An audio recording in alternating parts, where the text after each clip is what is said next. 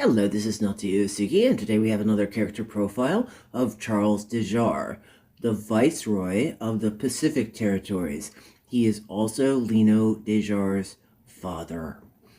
He becomes the Emperor after Emperor Ilion dies in a Atlantia Federation attack on the Genesee Islands. The Emperor is killed when the Imperial Palace is attacked. Charles is power-hungry. He married the first consort, Juliana, the only consort in the history of the Pacific Territories who ever was married. Charles has multiple consorts. Ryuho's mother was the third consort, but Juliana, the first consort, is Lino's mother, or the woman that he ends up growing up with. She's not his biological mother. He doesn't know that, actually. Charles Dejarre is power-hungry. He is a despot. He uses his children as political pawns. So,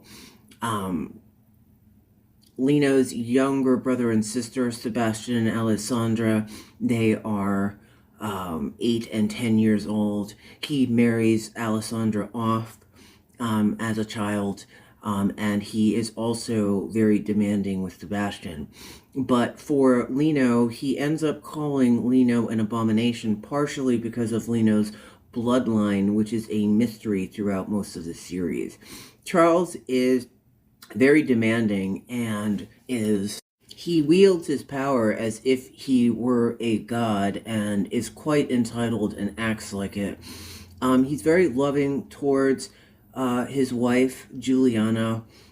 He uses his other consorts as playthings, kind of as a pastime, and will take and discard them based on his needs. For example, Ryuho's mother was just to have a child, even though the trans-channelers told him not to. That's another reason why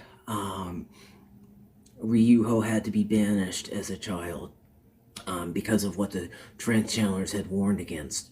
Ryuho is very one of Charles's blights to his career, but all in all, Charles is a despot, and his whole reason for being is to acquire power, and when he becomes the emperor, he basically sets up the world for, technically, World War III, which is a battle against Isk and the Atlantia Federation and their Janai marauders, just because Charles wants power to control the world. And he will not hesitate to use people, destroy people, have people murdered in order to achieve his end goals.